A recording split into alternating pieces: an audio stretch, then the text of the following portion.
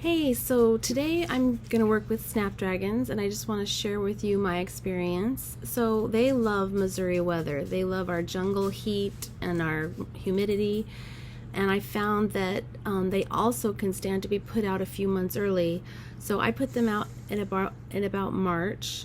And if you're wondering how I'm coming up with my seed sowing schedule, I take all my cool flowers and I subtract, or I add rather, a month onto that before the last frost date. So, for example, if a seed packet like Snapdragon says that you need to start it 6 to 8 weeks before the last frost, I will start it about 10 to 12 weeks before the last frost. Because they can handle just a light frost. I did an experiment, I think it was last year. I put Snapdragons in the ground mid-March, and I saved half of them back to do a little experiment and to see what would happen. And the ones that I put out early, the month early, performed way better than the ones I put out when I was supposed to. So for me, that's all the evidence I need. And they not only did they bloom faster, but they were more prolific. They kept blooming. I was pulling them out in November because we hadn't had a frost yet, and I needed somewhere to put my tulips. So yeah, they can handle a light frost. I would say if it gets down in the 20s, cover them with some agrobon or some plastic just to be on the safe side. So they also like to be tightly spaced. If you give them too much room, their roots get hot and they don't perform as well. But if you pack them in tightly together, they shade their own roots, help hold each other up in the flower bed. But you still need to give them either some corralling or some netting or something to keep them from knocking over, because if a big wind comes in and blows them over, they will grow crooked because they have this chemical inside of them that causes the tops of them to bend straight upwards. So if you knock them flat, they'll correct themselves and you'll end up with a really short stem because it'll be bent. They typically start blooming for me at the end of May. I'm a zone 6A, and I've had years where they last me all the way into November, and I'm getting 2 and 3 cuttings off of that same Snapdragon. So the thing I would say about those second and third cuttings is that first stem that you get is going to be really bulky. I was so impressed with the stem size on those Snapdragons. I think I pinched half of them and I didn't pinch the other just to kind of see.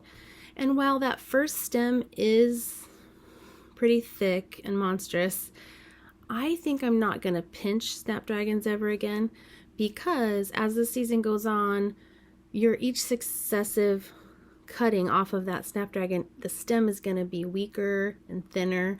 And so if you start immediately by pinching them, I think by the end of the season you're going to find that your Snapdragon are pretty scraggly. So you want to cut deep, and I'm not going to pinch. If you think you're only going to use your Snapdragon for part of the season and then you want to plant the flower bed with something else, go ahead and pinch. You want to harvest these when they're about half the blooms are open on the stalk. Light is required for germination, so you're going to want to put these under a light and not cover your seed. You can put a tiny bit of very fine vermiculite on the top. Just be careful. You don't want to block the light out. I am going to have them on a 14-hour light timer, and I'm not going to water them until I see green. And I am going to put a humidity dome on top, and remember, you want to take that off when about 75% of your seeds have germinated. Let me just see if there's anything I missed here. I think I got it all. These are the best flower for a first-time gardener in Missouri to start. I compared notes with my sister who lives in Utah. She lives in more of a deserty situation, and she has a really hard time with Snapdragons. So I think they like humidity and heat, so they do really well here. I'm going to go ahead, I'm going to get my tray, and I'll show you one. It's the same as every other seed. You're not going to push it down at all. You're going to leave it on the soil surface, but you want to make sure that you have good contact. These are not pelleted, so I don't need to spray these. And yeah, I'm just going to show you how I do that real quick. Okay, so this year I am actually doing an entire flower bed of Snapdragon. So that's quite a few Snapdragon. It's almost 1,000. So I'm going to do multiple trays of this, but I'm just going to show you on one. So I am using mostly Johnny's seeds. I think I have one from Eden Brothers, but here's the Johnny's packet. This is Costa Summer Lavender, and I actually did not grow this last year, so I have to make a new tag. Okay, here's my tag. Costa Lavender, January 24th. I'll pop that right there.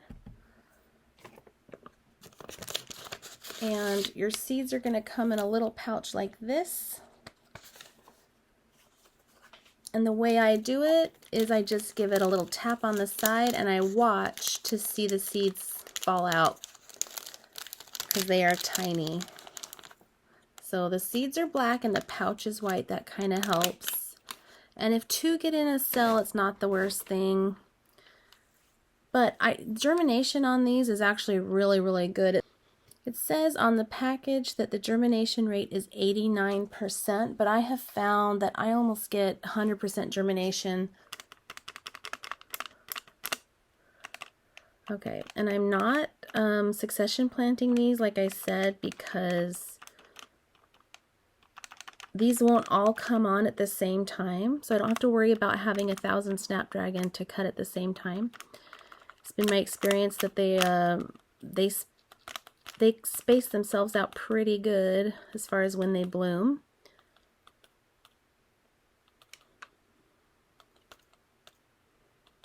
And they continuously bloom until the fall, so I don't have to plant a new crop.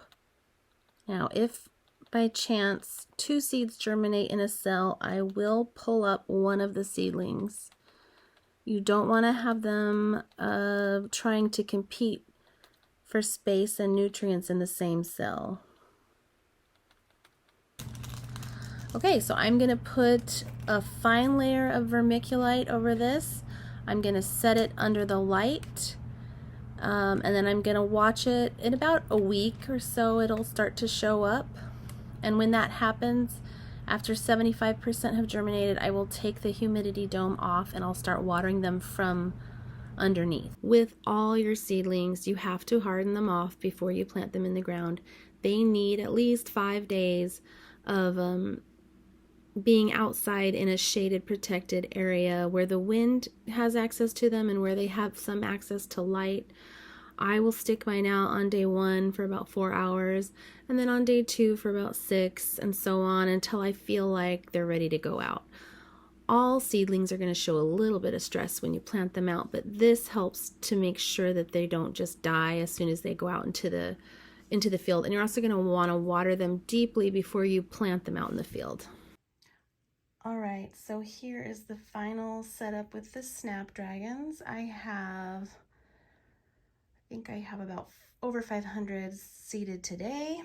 Looks like I need to order some more, but here they are. They will stay here until they go outside, and I'm not going to plant these up at all. They're just going to remain in these trays until they go out. And like all my seeds, I'm going to take these humidity domes off once about 75% of those seeds have germinated.